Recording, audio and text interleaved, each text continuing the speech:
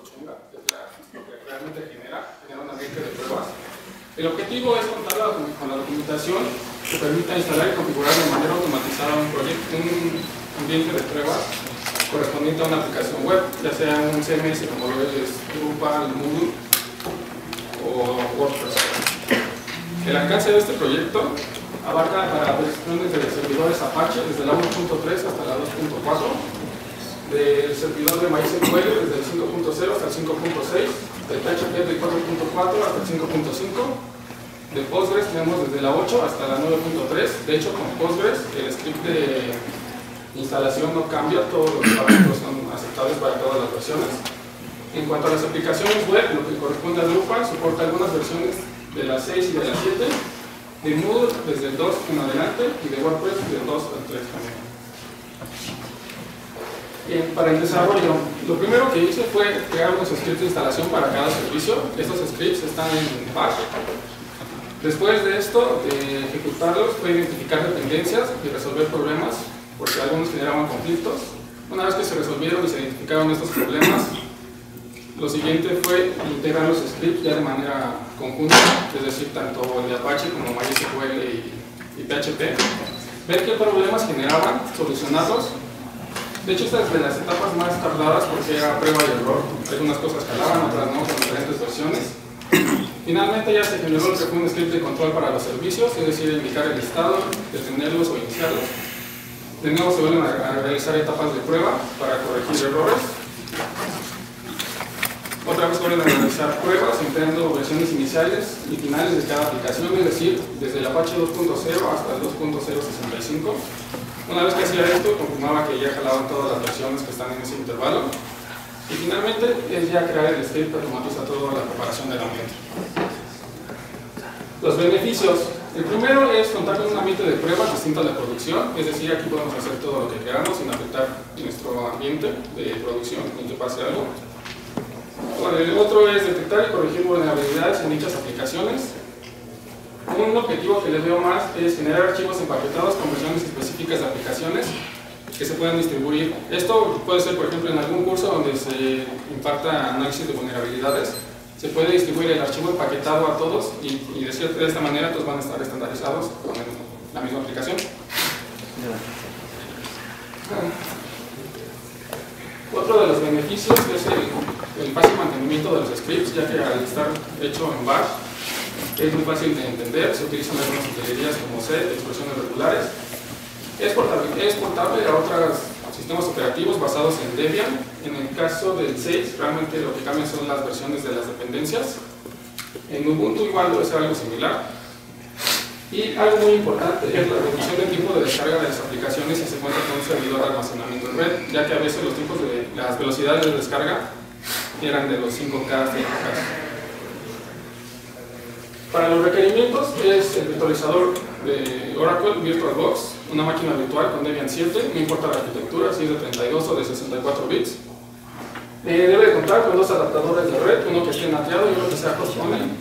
Y en cuanto al disco duro, es 8 GB para una interfaz de línea de comando y 16 para una interfaz gráfica.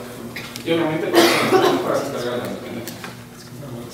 En esta parte, al principio pensaba explicar todo con diagramas, pero creo que no va a ser lo más óptimo. Entonces, lo que se alcanza a ver en naranja son los scripts que elaboré y la interacción que tenemos entre ellos. Esto voy a explicar un poco más detallado. El script de parar ambiente. Este script lo que hace es, bueno, se descarga desde Dropbox. Lo que hace es verificar que el usuario tenga permisos de administrador. Una vez que los tiene, configura las interfaces de red. Realiza modificaciones en la cuenta de seguridad. Esta cuenta se le agrega al grupo sudo y se le aplican otros cambios para que no le pida contraseña cuando se ejecute. Y finalmente lo que hace es descargar y configurar el instalador. Esta es ya una ejecución. Aquí la red es instalar dependencias, configurar. Y finalmente se descarga un archivo que es webplayground.targz, lo desempaqueta en user local webplayground y crea esta estructura de directorios. Desde Apache hasta Script son carpetas donde se van a instalar temporalmente y todo lo demás son los scripts que realizan las instalaciones. El script configure es el importante porque nos permite decir qué versiones de cada servidor queremos que se instalen. Para ello se definen variables para la instalación, es decir, dónde se va a almacenar, extrae la versión del servidor que queremos instalar, instala algunas dependencias en caso de que sea necesario, pero muchas veces ya no, porque todo se hace, solo llega a actualizar. Realiza unas validaciones de los argumentos, es decir, que corresponda con la sintaxis que se requiere para instalar cada aplicación, y ya ejecuta el script correspondiente a cada servidor. Finalmente añade archivos a un script que se llama empaquetar, el cual cuando se descarga, por defecto cuando se descarga está en blanco y se va configurando conforme se van instalando las aplicaciones. Todos los scripts muestran un mensaje de ayuda, en este caso se le asocia un argumento y ya muestra la sintaxis de cómo se debe ejecutar. Debe ser con el parámetro with Apache, ahí indico las versiones que soporta, with MySQL y with PHP, o en el caso de Postgres, que es el único que cambia en cuanto a manejador de base de datos. Realmente todos los scripts tienen una estructura similar. Lo que hacen es definir variables para su instalación, extraen la versión del servidor que se va a instalar dependiendo del argumento que se haya recibido, instala APR y APR util. Aquí lo que hice fue, para el Apache 2.0, instalé lo que es APR y APR util del punto 9. En el 2.2 utilizo el APR que se incluye en el código fuente, y en el 2.4 utilizo las últimas versiones que son la 1.5.3. Finalmente pues ya hice toda la configuración de Apache. Para cada versión del servidor se le aplican diferentes configuraciones de seguridad. Por ejemplo, en el Apache 2.0 no se configuran algunos parámetros de los tokens, es decir, cuando mandas un mensaje de error te devuelve la información del sistema operativo o la versión del servidor. Ya en el Apache 2.4 se le empiezan a aplicar un poco más de configuraciones de seguridad y ya no te muestra tanta información.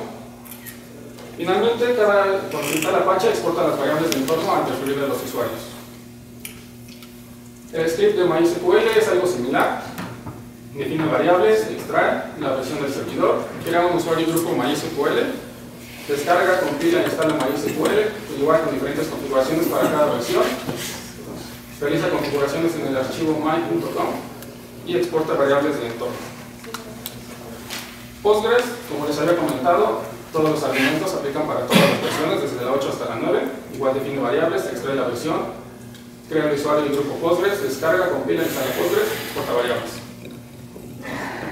El script PHP define variables para la instalación, extrae la versión del servidor a instalar, de PHP a instalar, detecta el tipo de servidor de base de datos que está, es decir, si es Postgres o MySQL, para poder así definir variables. Y ahí ya compila, instala PHP igual con diferentes configuraciones, exporta variables y finalmente añade instrucciones al script de empaqueta, el cual ahorita vamos a ver. El script de control, el primero es verificar que el usuario tenga permisos de administrador, y es una plantilla que hace uso de las variables de entorno que se exportan en el perfil de los usuarios para saber el tipo y la versión del servidor que está instalado. Los parámetros que recibe es start, obviamente para inicializar, status para indicar si está en ejecución o no, y stop para detener. Ese ya es igual, muestra el mensaje de ayuda cuando no recibe algún parámetro. Aquí en este caso ya estoy inicializando el servidor, el web de Apache y el de base de datos. Posteriormente tenemos lo que es el script para instalar Drupal. Aquí es extraer igual la versión de Drupal, detecta el servidor de base de datos que está instalado, descarga Drush. Drush ya es una herramienta que permite automatizar la instalación de Drupal. Entonces, para no reinventar el hilo negro, lo que hice fue ver cómo funcionaba, modificar algunas líneas del código para definir unas variables, porque por defecto Drush solo soporta MySQL, le añadí el soporte para Postgres. Configura e instala Drupal y realiza algunas configuraciones en el sitio. En cuanto al script de Moodle, igual extrae la versión a instalar, detecta el servidor de base de datos y define variables para su conexión. Descarga el código fuente y configura e instala Moodle a través de su interfaz de línea de comandos, la cual se incluye a partir de la versión 2.0. El script de WordPress extrae la versión de WordPress que se le quiere instalar, verifica que el servidor de datos sea MySQL. En caso de que sea Postgres, manda el mensaje de que solo soporta MySQL y aborta la ejecución del programa. Descarga el código fuente, realiza modificaciones en el archivo wp-config para definir valores que establecen la conexión con la base de datos. y finalmente esto lo instala a través de peticiones GET que se envían por correo. El script empaqueta, como les había comentado, es un script en blanco que se va configurando conforme se van instalando las aplicaciones. Añade las últimas 5 líneas del archivo bashrc, que es donde se exportaron las variables de entorno de las aplicaciones. Y finalmente lo que hace es empaquetar y comprimir todos los archivos de instalación, deteniendo los servicios primero, claro. Y lo empaqueta bajo el nombre de webplayground.targz.